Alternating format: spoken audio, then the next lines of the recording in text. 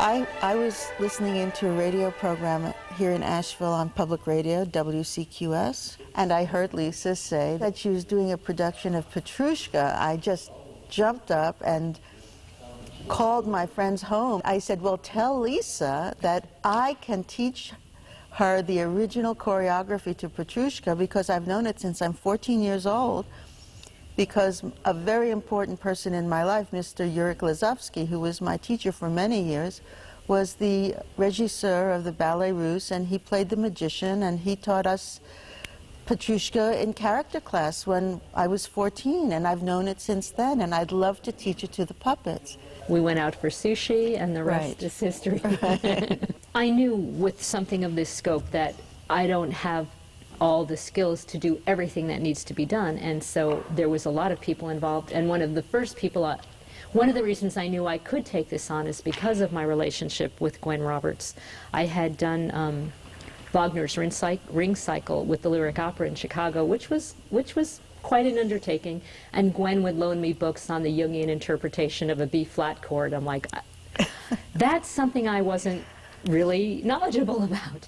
I went through the score before we got together and learned the score inside and out and picked out the different musical signatures and got the idea of what he was doing within the score, and then we sat down and literally went through it practically measure by measure to relate it to all the action in the storyboard.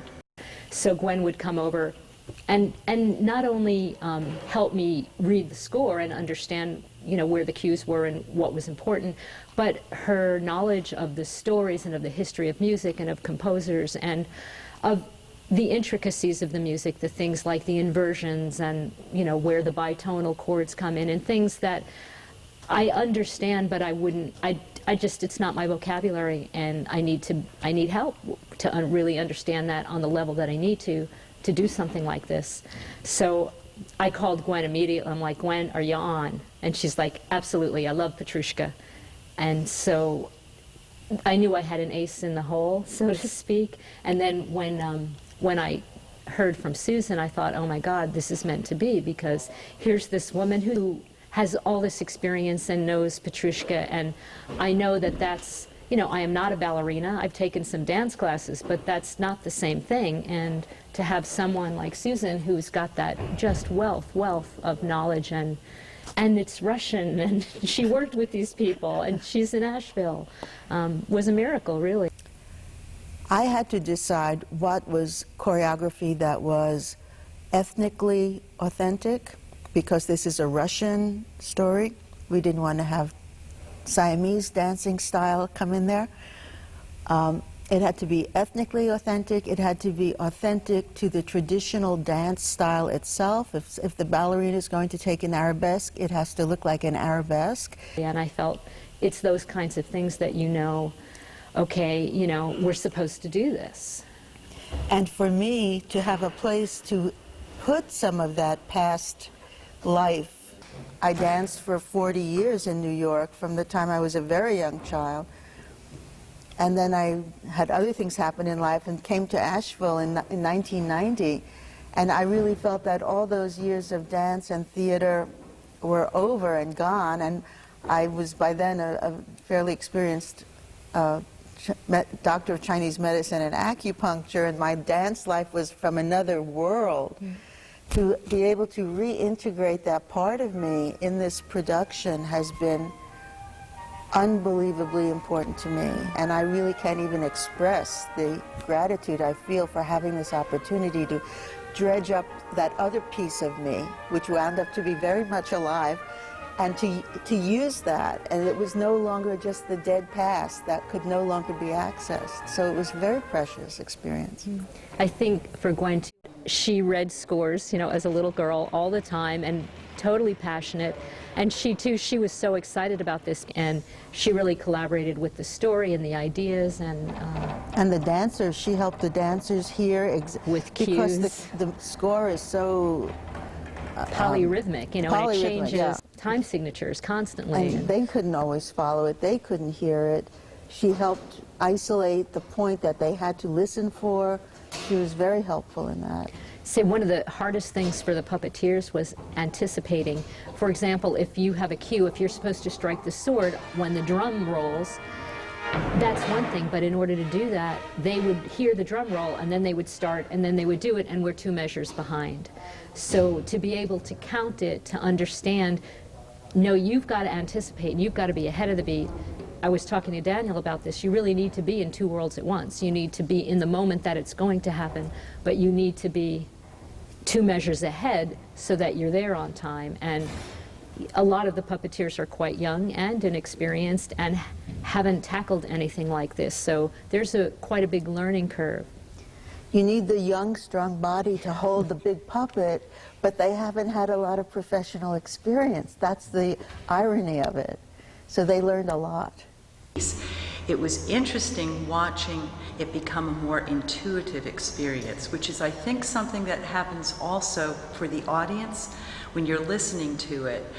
You don't necessarily have to have a strong background in music when you have such a brilliant composer like Stravinsky, who has given you all these aural cues, and you may not consciously understand why you're responding the way you are, but you know what's happening all along the way because of the way he's written the music. And that began to happen with the puppeteers also at a certain point, and they were a lot freer to just respond to the music rather than always having to think about it.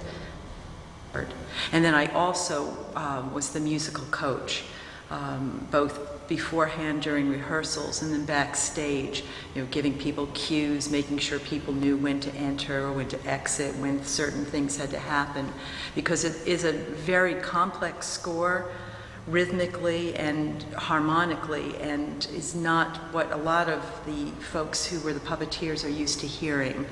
And so I was right there all the time, saying now or counting for them and making sure everybody was in the right place at the right time. I was one of the puppeteers too. Yeah, I was the big shadow. I was the conductor, and then did some of the other overhead pieces. So the music moves very, very fast, and it is extremely irregular rhythmically, and puppets can't move in the same time that people can move. So we made a lot of adjustments all along the way. Our storyboard changed from the first moment that we started it to actually getting together as we figured out what works and what doesn't work. But I think it always stayed true to the basic integrity of the score in terms of the musical signatures for the different puppets or the different action that was going on. It's really important to have some dance background, but certainly it's hard to find, dancers who can hold up 30 pounds over their head. And I think it's also very different from dancers because it's not in their body, it's outside their body. I find this with actors working puppets. There's a certain personality type that can take what's here and project it into something else. It's different from, hey, it's really different from that because your focus is there. And certainly some dancers could definitely make that jump, but some of them really couldn't. It was a big period of shift and adjustment because, as I said earlier, I couldn't always do what I wanted to do because of one of or several reasons. The puppets weren't able to do it, the music was too fast, the puppeteers weren't able to control the puppet fast enough to do it. And when I say the puppets weren't able to do it, it's because their joints are not like human body joints. They're not jointed in all the places that we are. Many things had to be made much more simplified, larger movements, less activity, simpler, and it actually carries better because these are such large puppets and the space is so big. So little movements are meaningless in such a big space. The music is a given. Stravinsky wrote it. Daniel Meyer is conducting it at a certain tempo. So these huge puppets have to move at a certain tempo, and they can move either in full time or half time or double time, but there's that tempo to consider. And one of the puppets, the Moor, was 10 feet tall.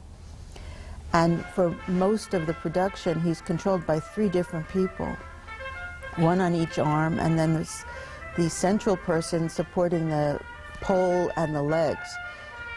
So just carrying that weight around is a challenge. Then moving to music while you're carrying that weight and moving limbs that are maybe 6 feet long is all an extremely interesting situation.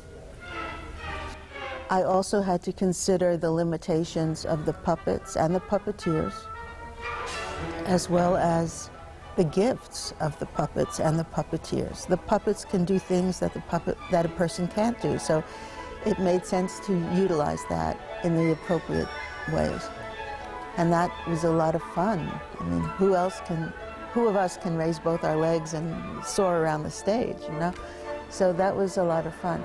But things had to be adapted over and over and over, because sometimes I'd have something in mind that would be in my head, would work beautifully, but when we actually had the puppet strapped into the puppeteer with the associate puppeteers working the limbs, it didn't work at all.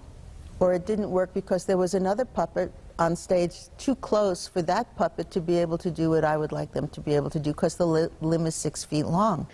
I remember the first time I met you, and you started showing me the Russian, you know, what was done. You started showing me a little bit of the original choreography, and my feeling was, uh-oh, when will she figure out that we can't do that? And I remember you asked me if the puppets had ankle joints. Right. Because it was such an important part of the, you know, and I'm thinking, okay, you know, hopefully I can explain to her that this is a different medium, because here's someone who's so well versed in the dance vocabulary, but puppetry is a different animal. And I think it was hard in the beginning, and I could feel how hard it was for Susan to have this vision in her head that was fantastic, and have to work with, you know, it wasn't going to happen. That couldn't happen. I knew in my heart that something wonderful could happen, but it wasn't going to be that. And so finding that balance, and that's where, you know, I have 35 years experience with puppets, and I know what they do well, and I know what reads, and I know what could work in a house like this. So there was a period there of shifting where both Susan and I needed to shift. I needed to allow her to give that kind of detail and flavor and texture that she has, and she needed to allow me to do, you know, the broad strokes and the, you know, find the moments, and, you know, we can, but she can't do this, this, or this, but she can keep her feet up in the air for 30 seconds. I don't know what happened exactly, but there was one rehearsal that it just worked. I can't even explain it. It was like I felt like Susan had let go of something, I had let go of something, the puppeteers were grasping something. That was... And I think for them, once Susan and I found our balance, really, I think that was a relief for the puppeteers, too, because there was a period in the beginning where we all just had to adjust. And luckily, that happened fairly quickly. Yeah. And from then on, I felt like it was not exactly smooth sailing, but I felt like we were all going forward on the same boat. And the puppets became more and more realized in a way. I mean, the character of the puppet became more a person. And so it became easier, in a sense, to create the choreography for that person, because it was no longer this totally disjointed, one person doing the arms, another person doing the legs. They melded also. The puppeteers had some process of integration. There are signature stances which evoke a lot of the puppet's personality. And so the Moor, who is very arrogant and aggressive, has a wide-based stance with both feet turned out. He takes up a lot of space. And he is the largest of the puppets. And he often will stand with his arms on his waist, his, you know, akimbo. And again, that's taking up space and showing who's who. Whereas Petrushka is more withdrawn, and he's more folded in on himself, and the knees come together a lot. And the ballerina is very poised and perched on her points. And Lisa built the puppet so that she's always on point. So it's a lot of fun to work with her because she's always ready to do something very elegant and light and airy. And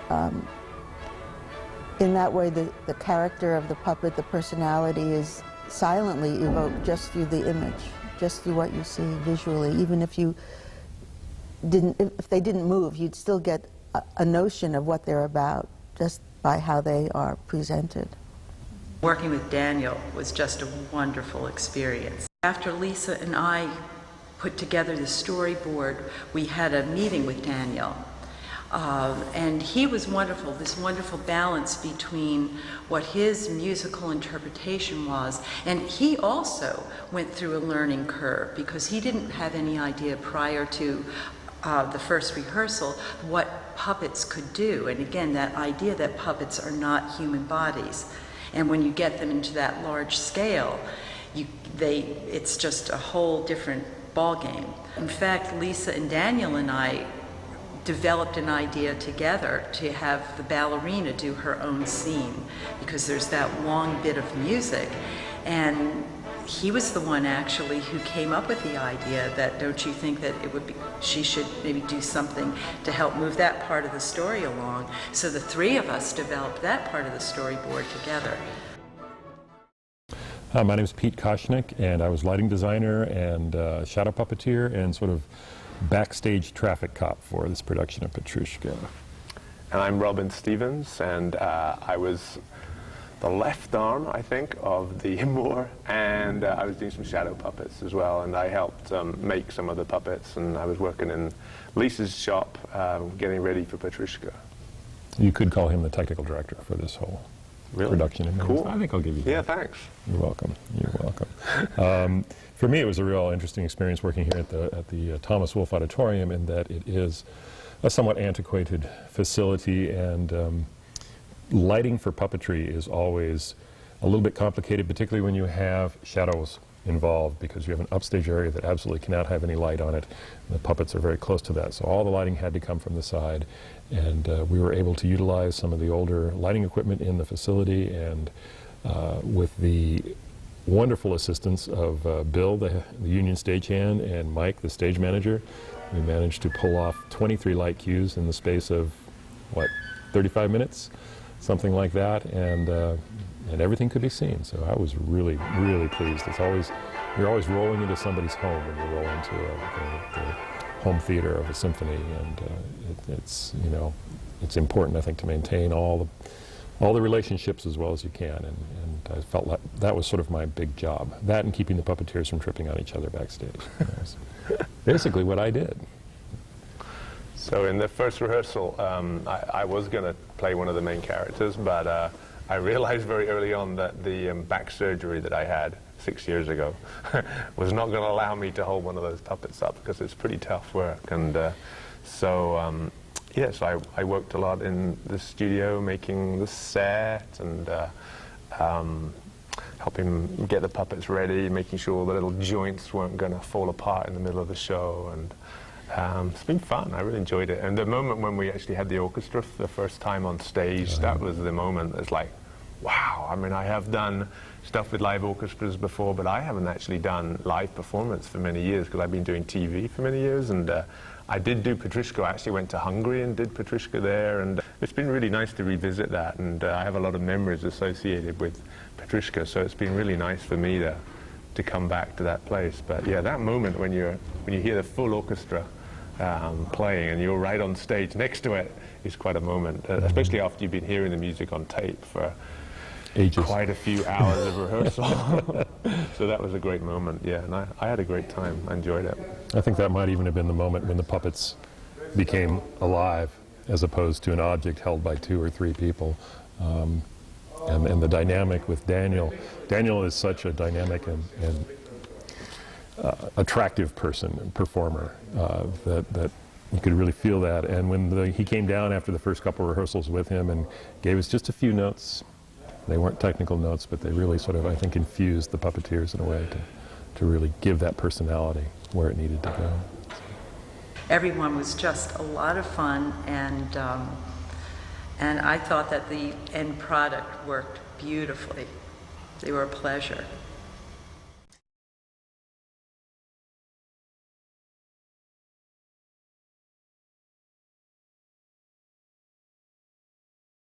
Petrushka is such an interesting piece. It's such a beautiful piece.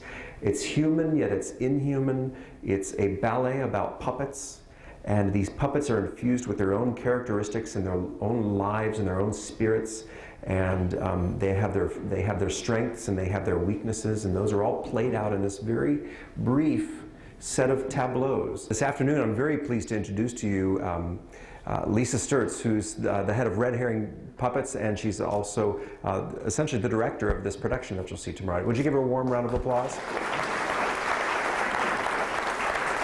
Part of the reason why I invited you and asked you to create a production for us is this music is so filled with color and so filled with this story of Petrushka, and to not have the story, I think you might miss a little bit of what's actually happening in the music. Well, funny you should mention color, Daniel, because that's how, when I listen to the music, I see color.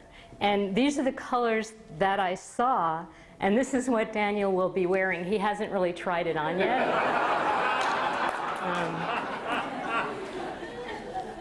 That's a little too muted for my taste. Don't you think he'll look cute in this? Yeah. What we do for our art, I have to say. When I was in college, I majored in theater. The problem was, though, that I was very shy. And you don't get a lot of parts on stage if you come in like this. So, and it sort of was, I felt like, you know what? It would be okay to become an adult if I could do puppets.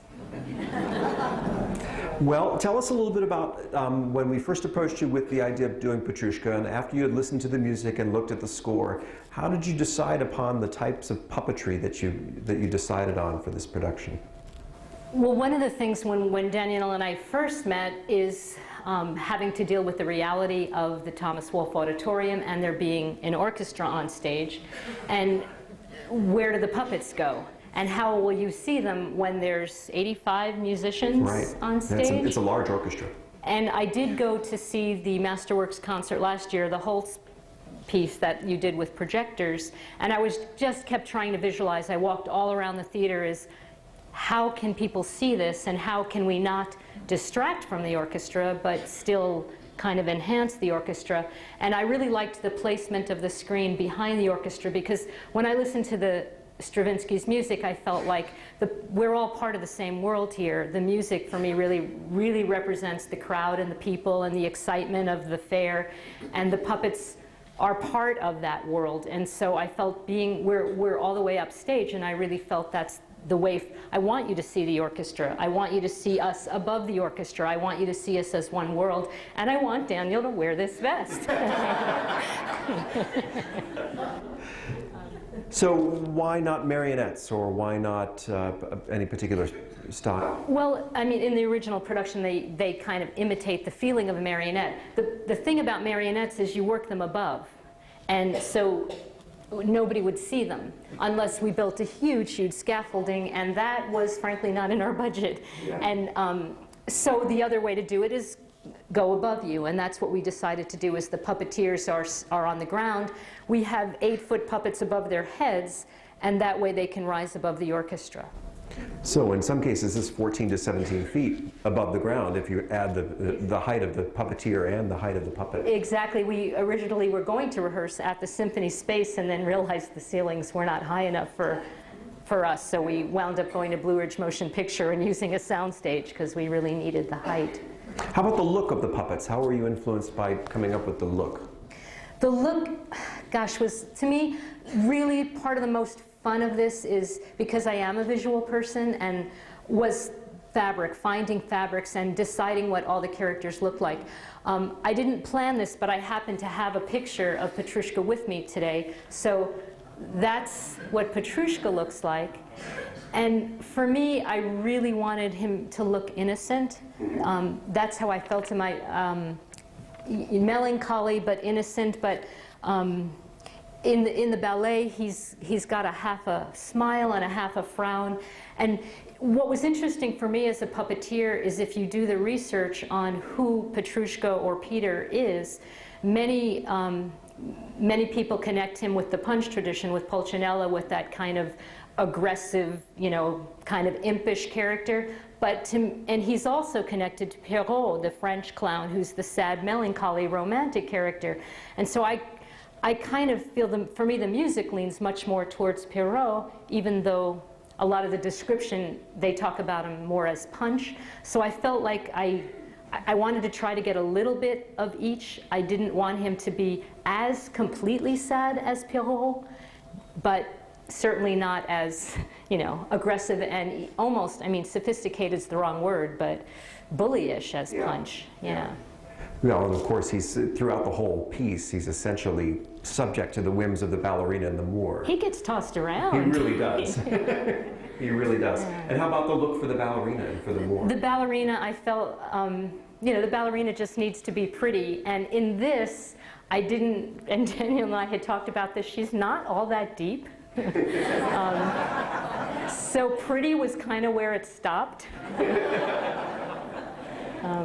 But I know many of you are pretty and deep. And how about the Moor? The Moor was fun because he's such a goof, and I wanted him to be a little awkward. His head is actually very large.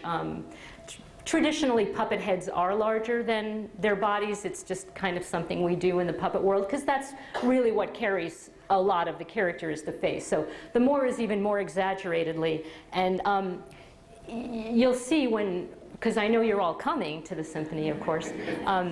It's more awkward for him to walk around, and just his size, his dominant size, you know, when he's there, you really have to notice him. The sword helps. And then what I thought was an ingenious suggestion on your part was to marry the live puppetry, if you will, with the shadow puppetry. So there's actually a big top behind the puppets, and then behind that screen, you're going to be projecting shadow puppetry. We do, and I would say one of the challenges of working on this production is that we have a very limited amount of space. And we're not the ballet, we're not trying to be the ballet. When Diaghilev hired Stravinsky, he had an entire ballet company on stage, and there was not an orchestra on stage, and he had, you know, dancers. Room to move, yeah. Room to move. We can't do that.